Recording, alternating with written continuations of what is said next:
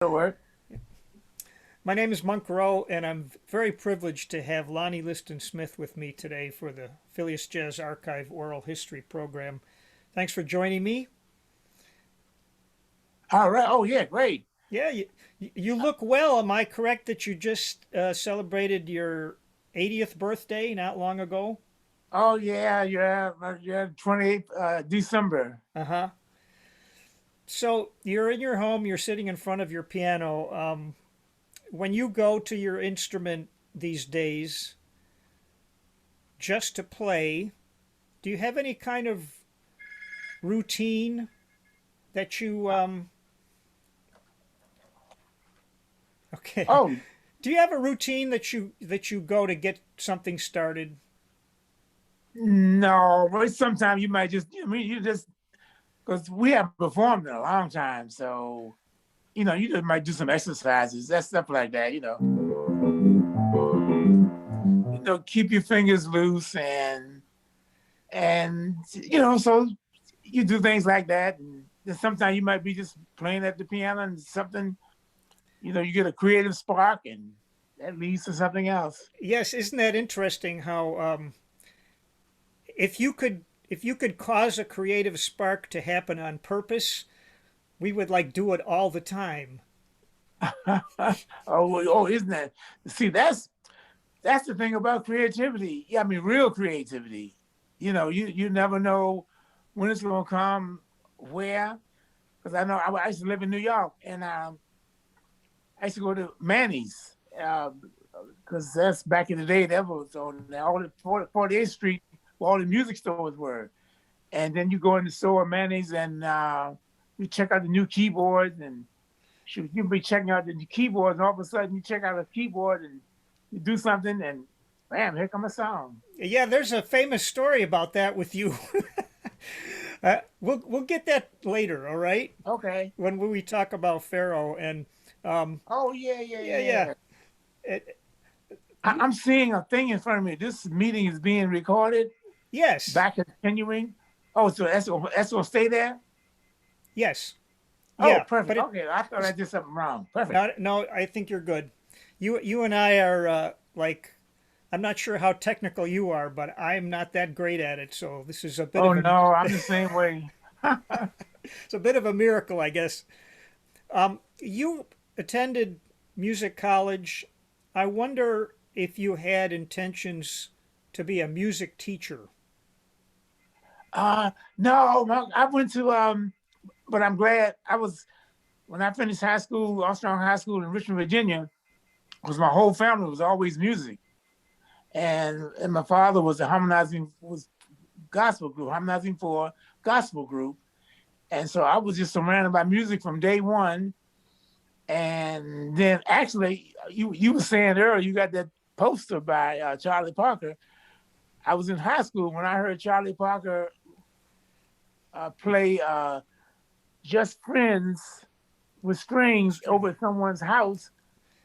That's when I said, well, what is he doing? They said because it was so beautiful. They said he's playing jazz and doing improvisation. I said, oh man, that's what I want to do. And so when I left Richmond, I thought I was going to New York, but then I, I'm glad I did go to Morgan State University, which was in Baltimore. Did they have any programs at that time that were addressed jazz, or were you more learning the classical theory and so forth? Just basic classical theory, and because back then, when I was back there, that was it was they hadn't even started these jazz colleges and universities yet, and but at that time in Baltimore, Maryland, it was very musical, Hmm. and all the jazz groups used to come down and play on Pennsylvania Avenue, and so Baltimore was kind of like New York because you had the New York, you had the Apollo Theater, but in Baltimore, the same groups would come and do the Royal Theater in Baltimore. Then they would go to Washington D.C. and do the Howard Theater, Hmm. and so music was everywhere between Washington and Baltimore, which was right together. Um, and then actually, when Gary Bartz and I met, because Gary Bartz is from Baltimore. So we both were what, 18, 19, 20. So we used to hang out, and we ended up playing together in his father's club called the North End Lounge. And so Baltimore was very musical back then. What would your set list have been like playing with Gary Bartz at that time? Oh, we were just doing standards, Yeah. just basic standards, and what was it? What could I do? Oh shoot, what can we do? I haven't played it around. Oh yeah, Randy Weston. High Fly. I forgot it.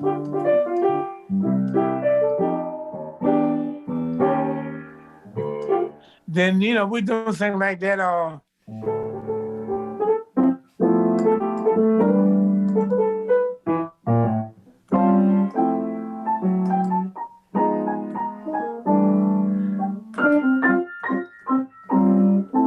So we doing it's just basic standards. I don't think, because I know I wasn't writing back then, and so but the North End Lounge, all the jazz groups when they came in town, they'd come by and do jam sessions, and so so I was really in school in another way, both schools at the same time. Yes. Your this time was formative for you. It was about a bunch of years before the real books came on the scene. So Ah, if right. if you had to learn a tune, how did you go about doing that? Well, we you listen to the records, or some of the older guys would know the changes, chord changes, Mm-hmm. because it was funny because we used to go sit in with the older guys, and sometimes the bass player would have to be telling you the chord changes while you playing, and Yeah. that was interesting because I remember when you're in school, they would say, okay, a C minor with a diminished fifth, or C minor with a augmented fifth. But see, when you're on the bandstand, you don't have time for all that. So they say C minor flat five, or F7 plus fifth. So it was good. So it was, like I say, it was two different schools at the same time. Yeah, trial by fire. Right, that's it. Yeah. Okay. I want to go back a little bit. If you were, let's say you were 13 or so, 1953, and your family was very into gospel music. Ah, If you right. if you had brought home a record by Louis Jordan or some of the the blues guys, would that have been accepted in your household? Oh, Mom, that's why I was really blessed, man. Actually, because I got two younger brothers who very talented, and my father played the four-string guitar, and he had a beautiful tenor voice. My two younger brothers got that tenor voice, and but he loved music. Oh man, he told me they would perform at the Apollo Theater, and he would go. After that, he would go out and listen to all the jazz groups, and he'd come back home and tell me about them. And we go down in the basement and we listen to records, and or back then, the radio was the main thing. And so and it was interesting because I love Duke Ellington and Count Basie, but he knew all about Fletcher Henderson. I didn't know anything about Fletcher Henderson, and he would tell me, say, yeah, you got to listen to him because people overlooked him, and Hmm. so I was really blessed. My father, he just loved all music. Can you recall the first gig you ever played where you made some money? Yeah, I guess we were just doing regular things. What was that? Just regular rhythm and blues.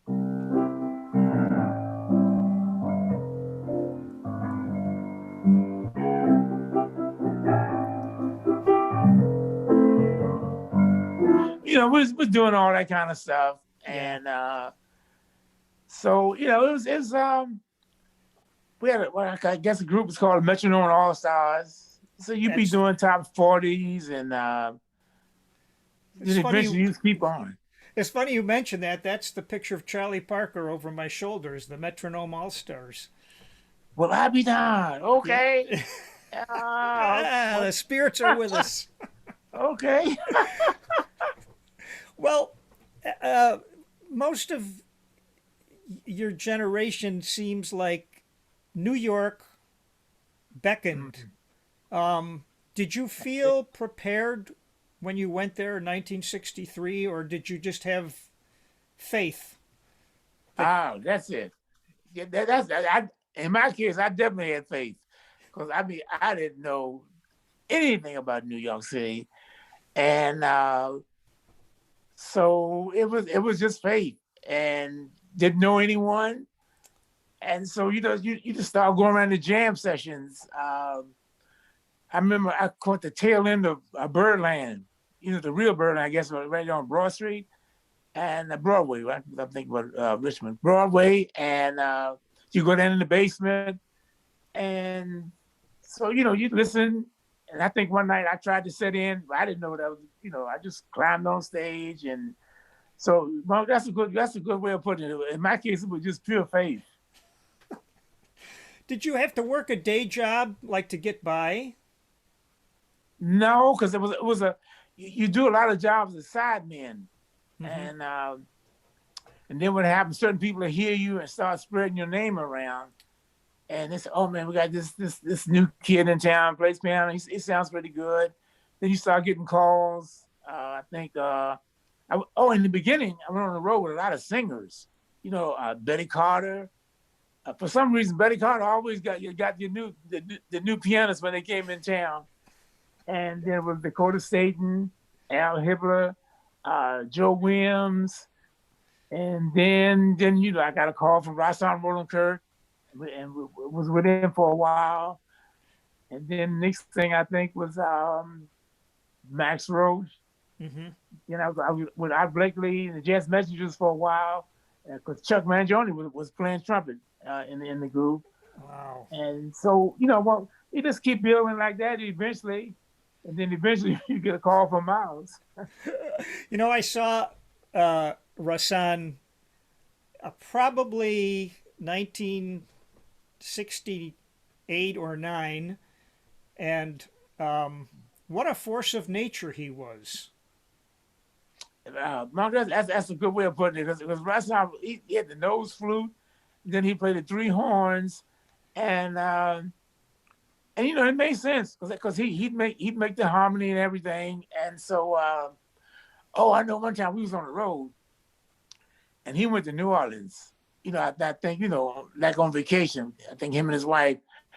And man, when he came back for a whole week, all he wanted to do was play the clarinet, because that's the big thing in New Orleans. Mm-hmm. So that was interesting. So we all just said, "Uh oh." So for a whole week he played the clarinet, and but Rassam, I think he was the first to play the three horns. I believe you're right. Some fellows have done two, but yeah, I kept thinking, how the heck does he do that? And then I got to see him, and I still didn't believe it. Oh yeah, I know, because the way he hooked him up, Yeah. and then he had that nose flute. It was something, but because I actually my first recordings we did "Here Comes the Whistle Man" and "Please Don't Cry, Beautiful Edith," and we did "Beautiful Edith" over at Van Gelder's studio, which was Mm-hmm. fantastic. So those were my first two recordings with Rasan. Working with singers, Mhm. you're going to go from you might be playing the same tune with two different singers, but one's a man and one's a woman, Uh, and you got to be flexible, right? You got to play it in A flat instead of E flat. right. Oh yeah. Oh no, that's it. You definitely got to be flexible. And then but working with singers, it's a good experience for keyboard players, because you when you're playing with a band, you can be more forceful, but behind singers, you got to be sensitive, and you really got to listen. So that's a good experience for you. But I tell you one thing now, working with Betty Carter, that was interesting, because Betty Carter was like a horn player, and because she's based her singing on horn players, and she was so with Betty, you could just play. So Betty Carter was that's really a great opportunity. Hmm. Well, actually, you mentioned Joe Williams, and he helped us get this project started that we're doing. Oh, okay. Oh yeah, but Joe was something because he used to tell me all about Count Basie and all the experiences, and then Joe Williams, he worked those, I guess I said more high class venues Mm-hmm. and rooms. So that was it was great because he's like you say he was with Count Basie and all, and he Vegas, he's been everywhere. Did you have any issues um, traveling with bands in this? We're talking, let's say, the early '60s now, traveling around the country. What was that like? Uh, it didn't bother me because I'm from being born and raised in the South, Richmond, Virginia. So you just get used to, you just let things go in one ear and right out the other. So Hmm. but I noticed back then though, a lot of times you'd have to travel by car. That's what my father and them did in Harmonizing Four. And I think I messed up because when I was with Art Blakey and the Jazz Messengers, he was going to California and he was going to do a recording, I think at Shelly Man's Hole or something. And the record was out. And Chuck was one, but we all had to get in a car, but six of us, and put the things on top. And I said, man, I'm not going to California like that. So, but I should have went because they did a recording. But that's I the way it see. goes. You know that I had written a question down for later, but I'll ask it now because you said I'm not going to California like that. And I wondered if over your career you have ever turned down a recording or a chance to play with some band for some personal reasons. Mm, no, no, it was everything because each was a different experience. Okay, now when I was with Max Roach, and Max, we performed, and Max loved to do all these different times. I understood 5/4, but 7/4 and 13, all that. That's a little bit difficult. But 5/4 was natural for me. Um, but he was married to Abby Lincoln, so when we were off, he sent me on the road to be Abby Lincoln's musical director, and so that was another good experience. But one night we was in New York, and he called me and said, Papa Joe Jones had an engagement at the Village Gate, and he needed a keyboard player or pianist. And Max said, I want you to go down because him and Papa Joe were really tight. He said, go down. I want you to go down there and work with Papa Joe. So I'm young. I'm thinking, oh shoot, Papa Joe. But but actually, Monk, that was one of the best experiences I had. Papa Joe told me so much about history, because he went back further than Max, and Mm-hmm. uh, and then he used to tell me about how the drummers and the tap dancers, they considered the tap dancers drummers, but they were doing it with their feet, and they would exchange fours and eights, and so that was so you never know how you gonna learn things. Yeah. Have you ever been in a rhythm section where the bass player and the drummer didn't seem to be on the same page? Oh yeah, well you then that'll happen a lot. Yeah. Uh, you know, so then you really got to be flexible. Uh, you got to listen to both, and you might have to just get in the middle. Because I remember what's the guy's name? Who's working with Miles? The bass player, not Ron Carter, before Ron. He's a really excellent bass player. Paul Also, Chambers?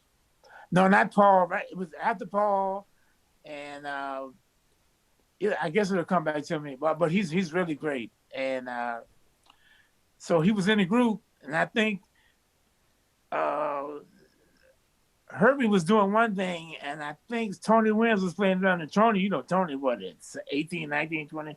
He's doing something else. So he asked him, I said, Miles, what am I supposed to do? Miles said, just, he had to be, if they play fast, you play slow. I mean, it's, you have to, really adjust. Oh, yeah. I was thinking the other day about in the 80s, they had this term in jazz, the young lions.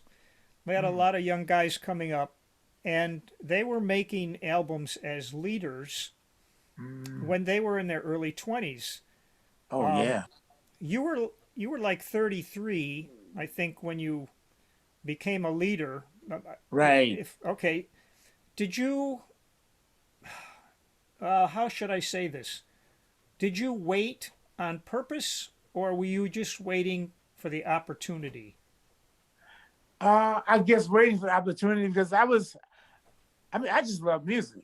So I was playing with, and so by working with, when I left home, I said, well, I want to work with all the masters. And so I worked with Max, I worked with Art Blakely, and I think even did something with Megas. So I met all of them. And then when I was with Art Blakely, I had a chance to hang out with Monk one night. The Monk came down to hang out with Art.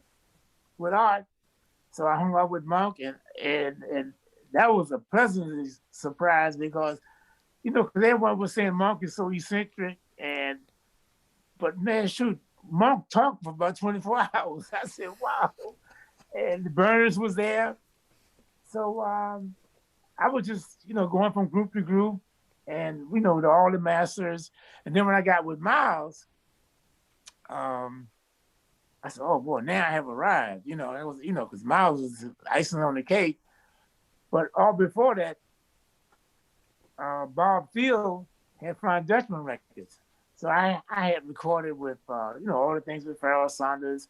I recorded with the Gato Barbieri. I was doing most of all the Flying Dutchman records. So when I was with Miles, Bob Field called me and said, Lonnie, people talk about you all over the world. So it's time for you to do your own record. I said, okay, well, I'll do my record. So we did the record and I called it Astro Traveling. And I was still with Miles. So I went back and I used him to mate. He was on Astro Traveling. Mm-hmm. He was in Miles' group at that time. I used a tabla player from India, Bhatia Roy.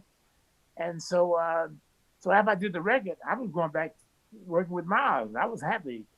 So then months later, I get a call from Bob Field, and he said, Lonnie, you got to put a band together. I said, why? Because I'm with Miles. I'm happy. He said, you got to support this record. And so I told Miles, I said, Miles, I gotta lead the band because I gotta support the record. I don't want to. So Miles just looked at me and said, why you do the record? Because I didn't know the whole procedure. And so that's what happened. So, and then I did the two records. And then when I did expansions, oh man, it just took off. When you did which record? Expansions. That was the Okay, third record. yeah. I was reading about your time with Miles, and I wondered if when those records came out that you played on, if you were anxious to see if they credited you because there was an awful lot of people involved in those things. I think. Yeah, they finally gave me credit for, I think, because I got it. They sent me years later on the corner. They gave me credit for Ife, I think. But it was like you said, shoot. When I first got the call to do it, Miles, I think they were working on the corner something, and I walked to the studio and there's three keyboards. So I assumed that I was supposed to wait my turn. I didn't know, because back then Miles was really experimenting, and so I was standing up against the wall, and Miles walked over and said, what the bleep you waiting for? I said, and there's Herbie on one keyboard and another pianist, and I'm saying, oh man, I never even played with another keyboard player before. Now it's three of us. So I mean, Monk, I had to really listen because we can't all play the same thing.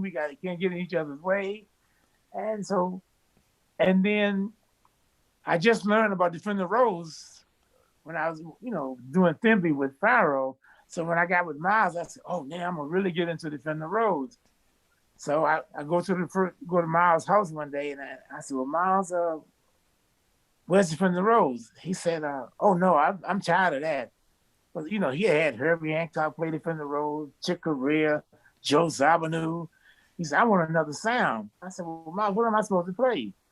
So the Japanese had just given Miles a brand new Yamaha organ, but it was not the one like Jimmy Smith, but it was like a regular keyboard, electric keyboard. So he said, I want you to play that.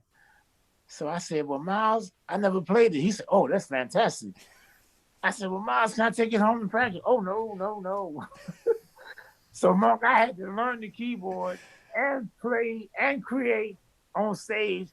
But that's what Miles wanted. He gets mad if you didn't come up with anything creative each night. So, and that's hard for somebody to want you to really create and be yourself. That's a great story. So this morning I was doing a little ear training, and Okay. I I put on Astral Traveling, and so you're going to tell me if I got anything close here. I got a little keyboard here. Uh-oh. All right. Uh-oh.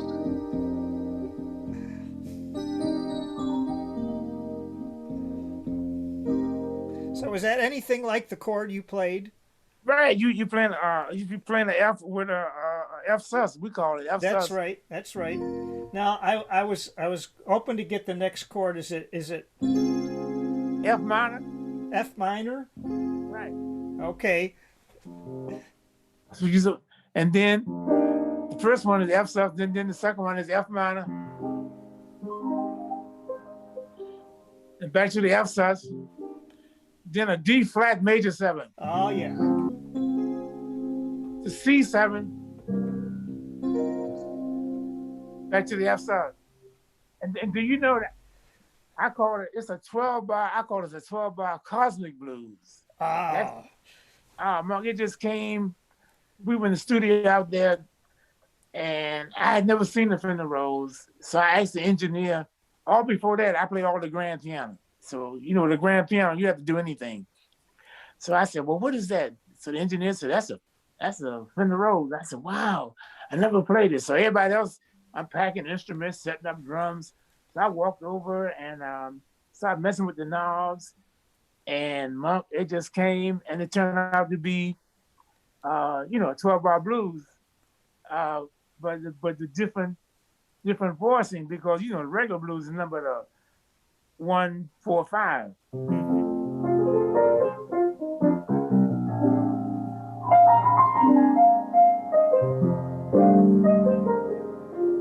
Then it's C. But this one,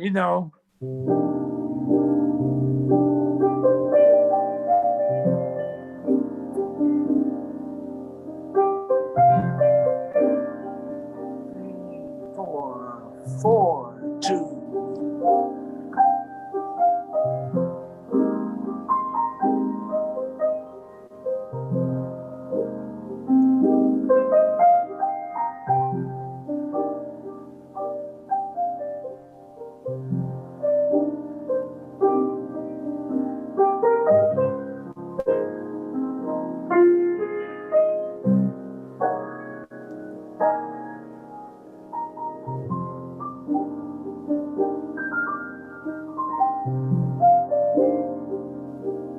So that was, and they ran over and said, man, what is that? I said, I'm writing this song. I said, oh, we got to record that right now. And so what are you going to call it? And I was studying at that time, astral projection, how you can, how if you eat right and meditate, you can leave your body and be floating all over the world. I said, okay, it sounds like we're floating all over the world. Let's call it astral traveling. And that's what happened. That's great.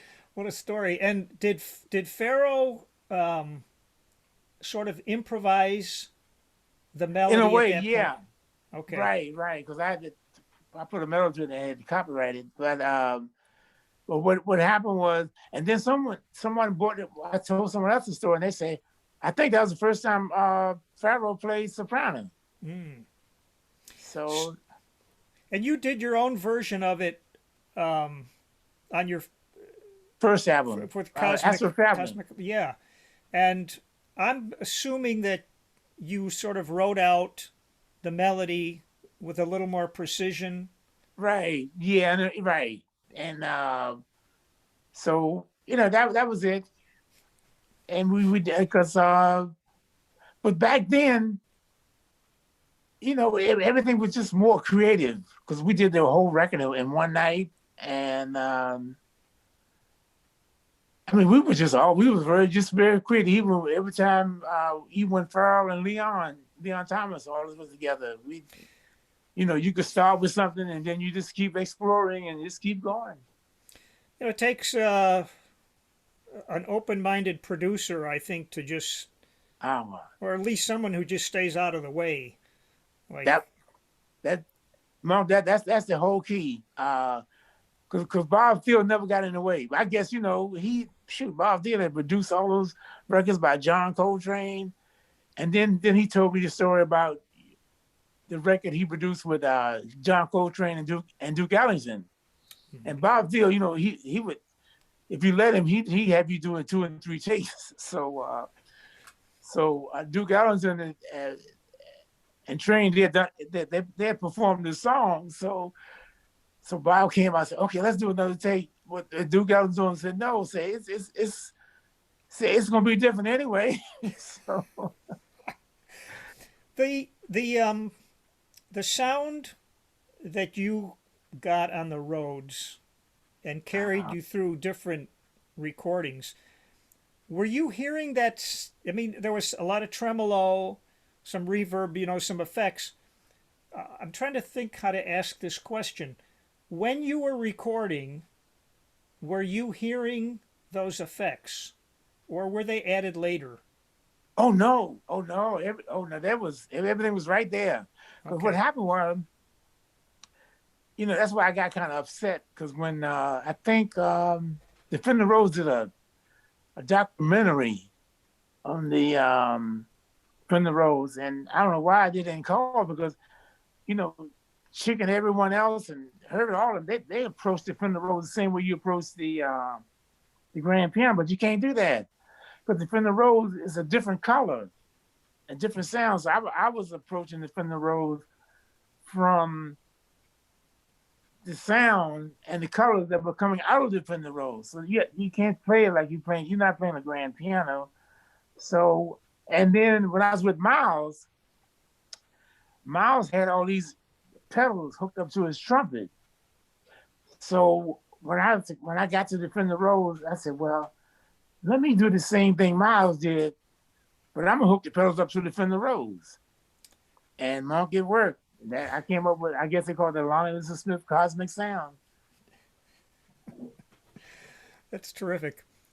Your family, I guess, is it fair to say your family was religious? Oh yeah. Okay, They, so was there a spiritual thread throughout your life that stayed with you, and when you became a leader, what role did it play in the music you created? uh, that was it. Because you know people don't realize the church is very important.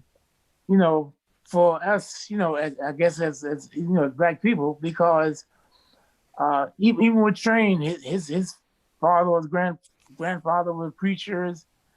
Uh, Aretha Frank. I mean, it's that church. You grow up in it, and the music is fantastic. And so what I did was, I took that spirituality, and then all of a sudden, I became aware of Eastern philosophy and different religions, and I started studying them, and then you find out, you say, well, wait a minute, all religions and all philosophies are basically saying the same thing. Everybody wants peace, harmony, and enlightenment, and so I said, well, why are we doing all the wars and fighting each other? And I started writing. The first time I wrote lyrics was on expansion. That's what I said. Expand your mind so we can have a vision of a new world where everyone would live in peace and harmony. Good examples of what happened last Wednesday. We won't have all this craziness going on. Mm-hmm. And so I just took that spirituality from that. from the Baptist church and just kept on expanding into a whole universal consciousness. Some of the things that you did with Pharoah Sanders, the music would be going along sort of peaceful, and and then something would happen. Yeah, that's a good point. That was the thing I really brought to Pharaoh because I said, well, we'd be playing and we just keep on exploring, and I remember I had 10 fingers. I said, wait a minute, and Pharaoh was getting all these sounds. I said, I need more sound. So I used my fingers and then I used my elbows, to get a bigger sound. And but it was all musical, and we wasn't banging or nothing. But so I told Pharaoh, I said, well, Pharaoh, I said, we can't leave the people out there. We got to bring them back. And so then we'd be playing all of a sudden. Then we come on back to what they used to.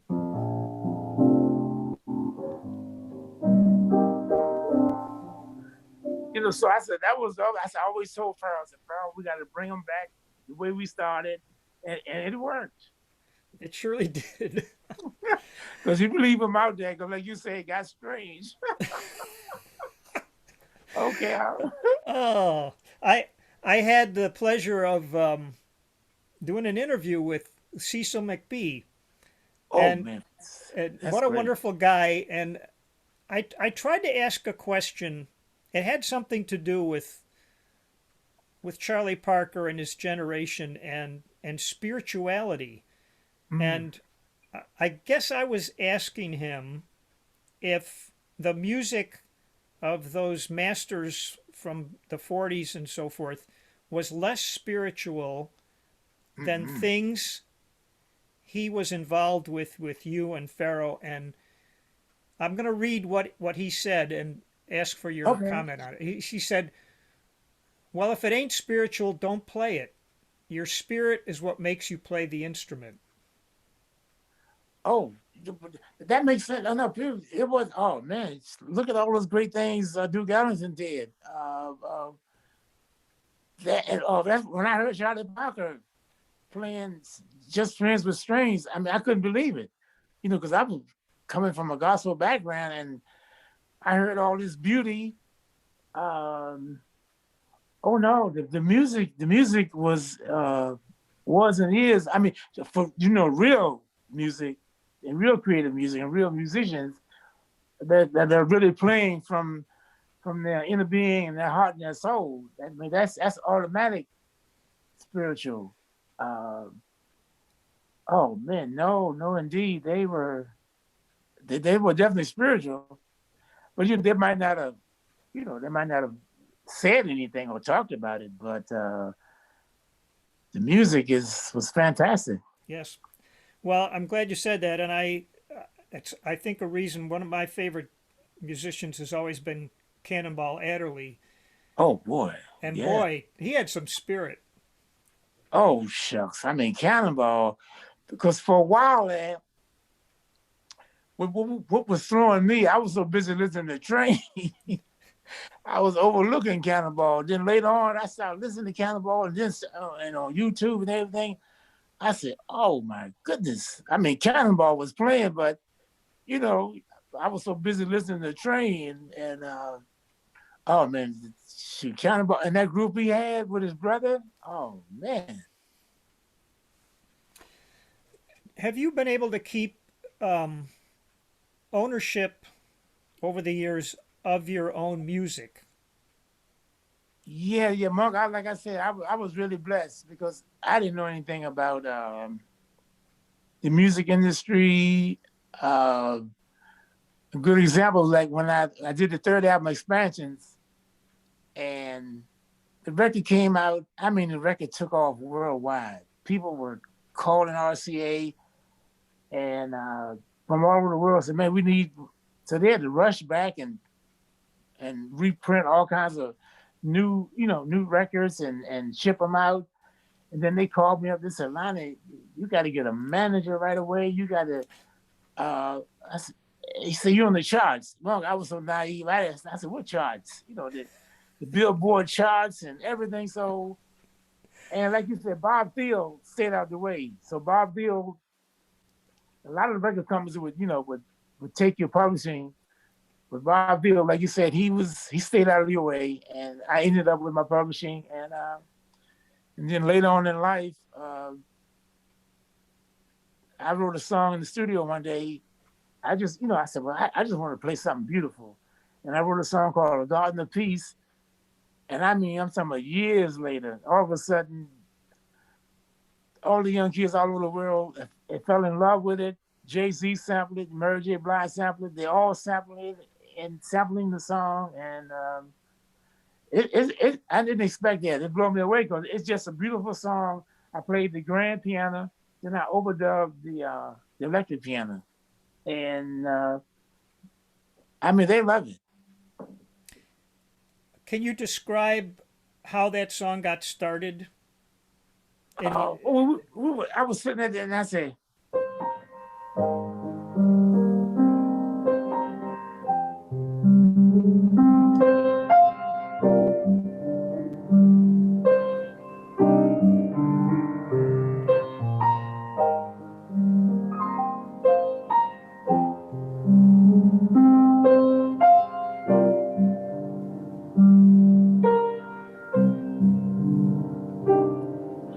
but actually, it's two parts to it when you listen to the record. But they took that part of it, and because it's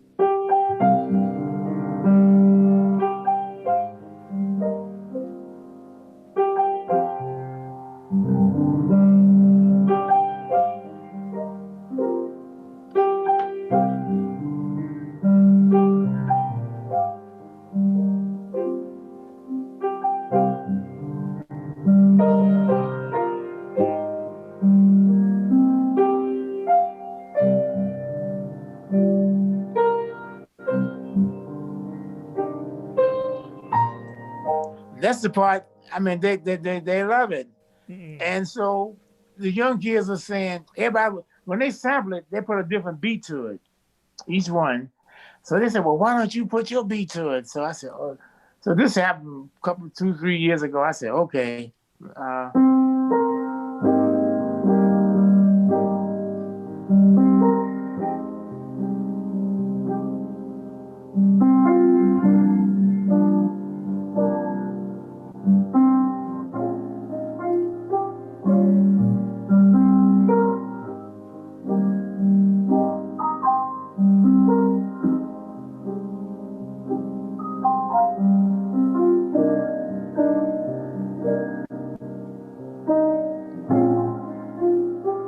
Then the band comes in.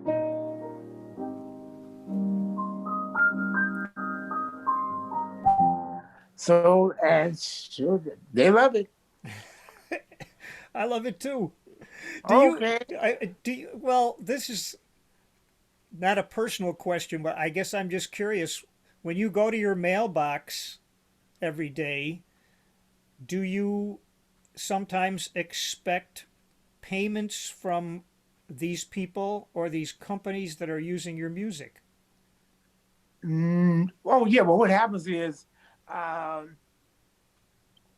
well, I know you got BMI and you got ASCAP. So I'm with BMI, and so every time it's played or performed on the TV or radio, every quarter that they do, then that's when you look for things, or you have a company like Universal Music or something to administrate things.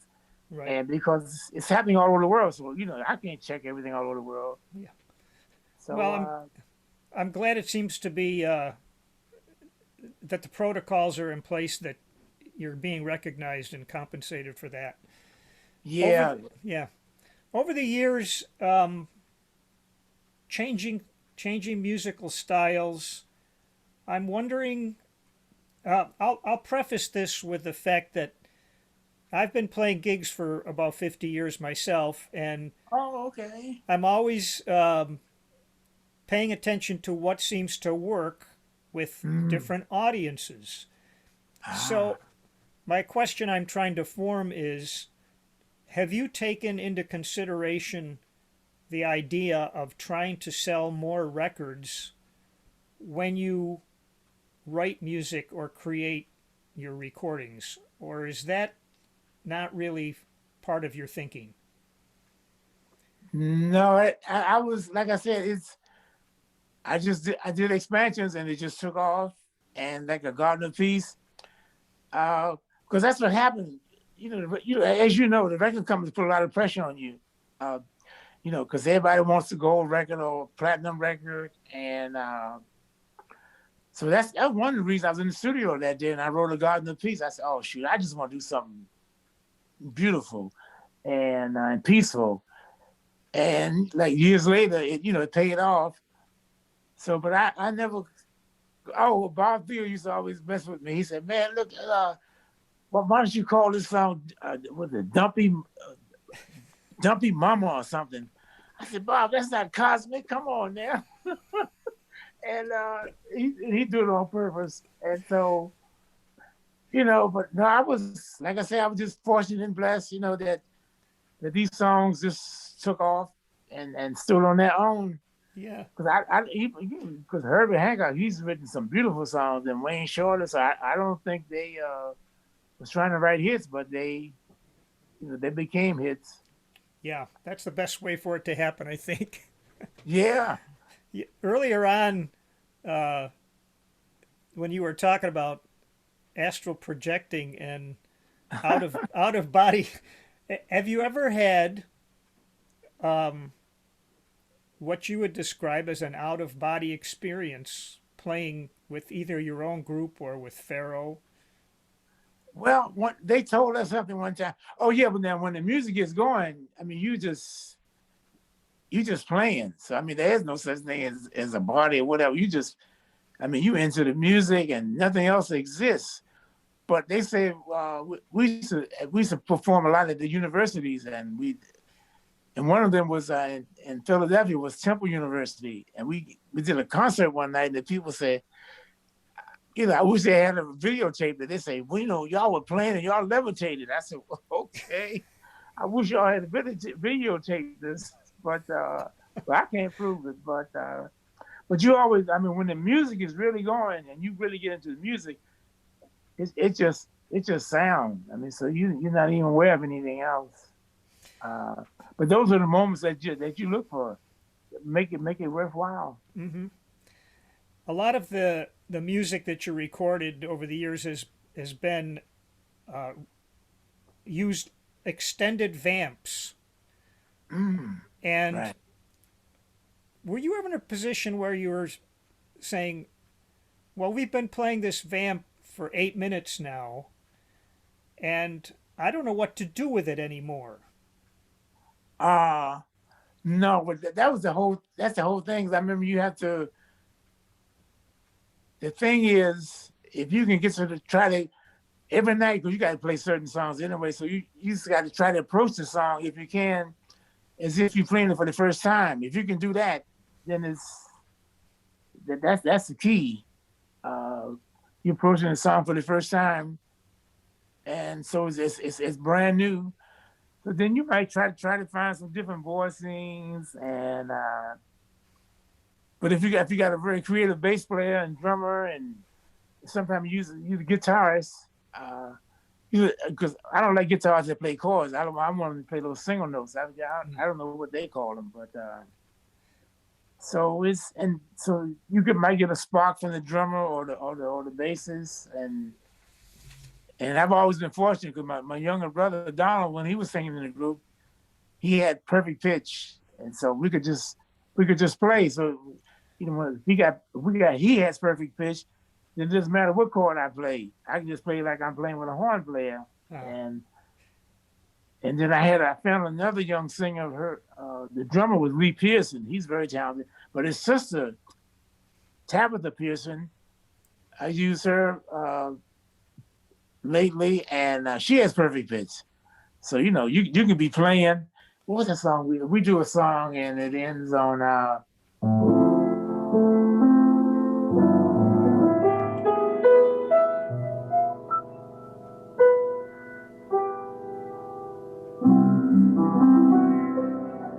with that flatted fifth, but it won't bother her. She'll just sing it.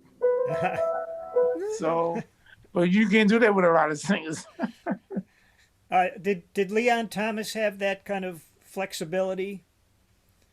Yeah, oh yeah, that was the thing about Leon. That's how we all got together. Because I said, well, dang, Pharoah, how can you play more than one note? With a horn player, can't play but one note at a time. But he had figured out ways to sound like he's playing more than one note. Then Leon was doing yodeling. And then I was doing a little bit different things on the keyboard. So Pharoah said, well, man, why don't we all just get together? And it worked. Because I think no one else was doing the yodeling at that time like Leon Thomas. And so that's what I'm saying. For some reason, back in the 70s, everybody was creative. I think the people are saying now, because I did a concert in California in February, and they're really into the 70s. I know the young kids are now. If you notice the dress, hairstyle, they are saying that the 70s was the most musically and everything was the most creative period that they can remember. I wonder if that has anything to do with technology. If we look back on the 70s, we sort of smile at the level of technology was so far behind where it is now. Ah, But as you say, there was some great creativity going on at that time. oh yeah, because I mean, because that's a good point. Because the keyboards today they mess with me. I mean, because they far advanced. But with the Fender Rose, we just played not. It was easy. I said, oh, Miles hooked up those pedals, so let me hook those same pedals up to the everything. For some reason, it was easier. But now, oh man, to try to go inside the keyboard and try to figure out what to do, you, Yes. you have to you have to get a tech. Yes, this is new and improved, Lonnie. Right, right. I used to have the Fender Rhodes suitcase. That's the one. Yeah, That's the real one. that was the one, man. I can't say I miss moving it though. Oh no, that's people don't know that was a trip. But man, that one has the better had the better sound. Yes, I won't forget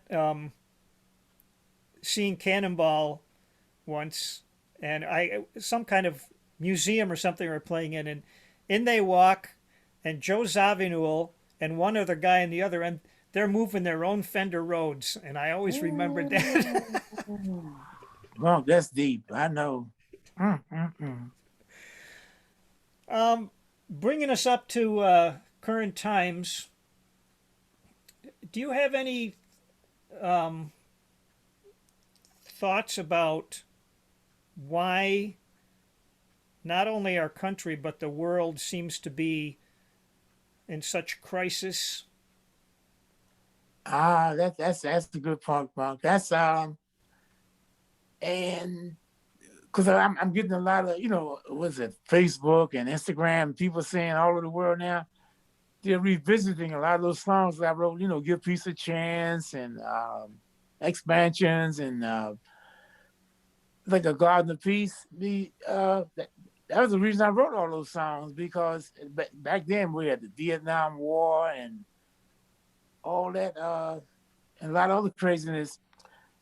But now and like I said last Wednesday, ooh, I don't know what they're gonna do about that monk because that you can't take things that far, and Mm-hmm. the whole world saw it.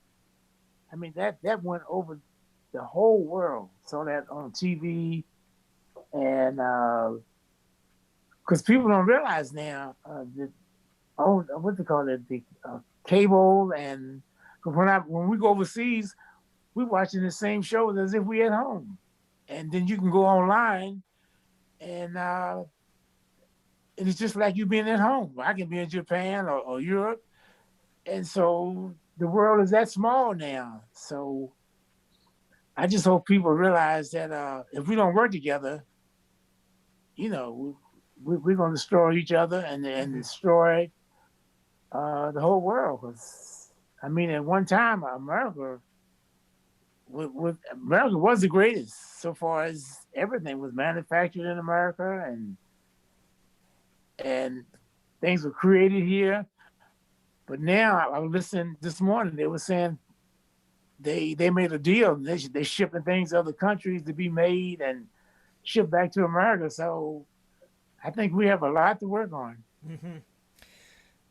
Could you have written a song like Garden of Peace if if you were in turmoil, if your spirit Mm. was not at peace, your if you weren't at peace yourself. You're right. I don't think so because I always took my time dealing with life, and and then at one time I was with I found out I was with Treach and Maury because Santana and Mahu Vishnu, the guy who saw the Mahu Vishnu, John McLaughlin, Yes. and they were with Treach and Maury. That's where Santana gets all his spirituality from, and even Narda McElwarden, they were all there together. And I came in right after they left, and that's when I found out, you know, meditation really worked. And then Street and More used to have vegetarian restaurants and health food stores. So, you know, I always try to stay on top of, taking care of yourself. And you got it, because, a musician's life, if you study how musicians back in the day now, you saying, but were they were spiritual, but man, they used to stay out all night, and drink and smoke cigarettes and all that stuff was tearing their bodies up. And so I tried to be aware of that. Is there anything these days that makes you angry? This well, you get upset when somebody try to take advantage of you. Mm-hmm. You get upset about that. Oh, so you just have to. But that's one thing about living in New York. I mean, that song is true. If you can make it there, you can make it anywhere. So you get used to all the con games and all this slicksters, and so a lot of times you can see things coming, and that was the beauty. I like that was when I worked with Miles. I enjoyed just hanging out with Miles because I knew he was a musical genius. He made to think about that.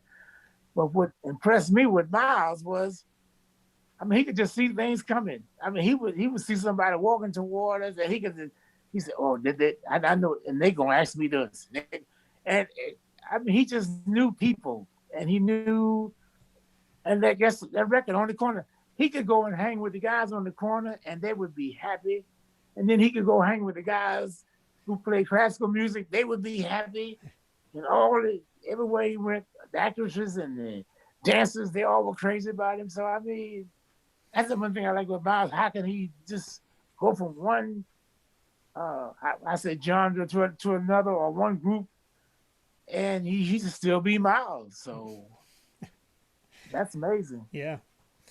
Uh, I'm about to wrap up here, but when I look at the recordings of that time, Pharoah Sanders' time in into the 70s, it doesn't Mm-hmm. look like there was a lot of white musicians, if any, that sort of participated in that style of music. In fact, I think you had Joe Beck in your first group. Oh, yeah, but Bob brought Joe in because Joe did some recordings Yeah. because I remember the record. Oh shoot, that's another story.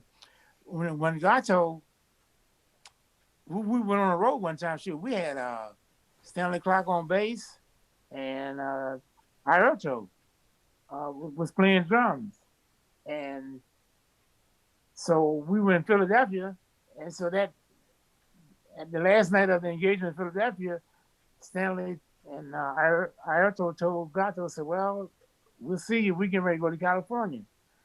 And so we said, "Well, what's happening?"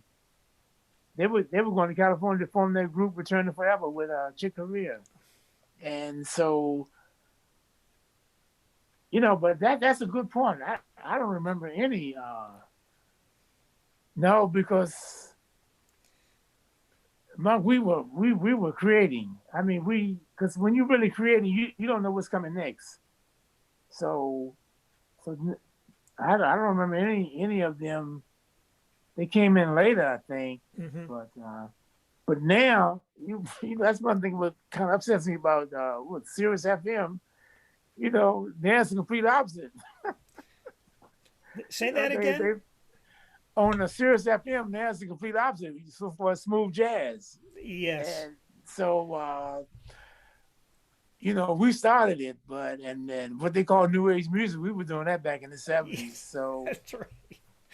so, Yeah, but I'm afraid that's happened a number of times before too. Even with rock and roll. oh my goodness, you're right. That's a good example. Yes. I mean, in London, they should have a statue. They should have knighted Jimi Hendrix. I mean, Jimi Hendrix went to London and saved all those rock and roll groups that are making millions of dollars a day. Have you ever had critics or journalists say something about your music that you read and going, that wasn't the idea at all, or something like along those lines? Oh yeah, that might happen. Because I remember back then I would play Garden of Peace, and some people would say, "Oh man, you put me to sleep." But shoot, years later, yeah, okay, I see what. But they a lot of times they said, when we were stretching out, and I was using my fingers and my things to get more sound.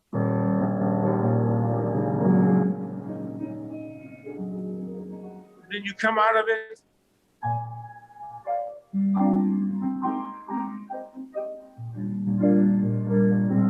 So, but they say, well, you were banging while like you said, I use your word when things got strange, but it was nothing about that.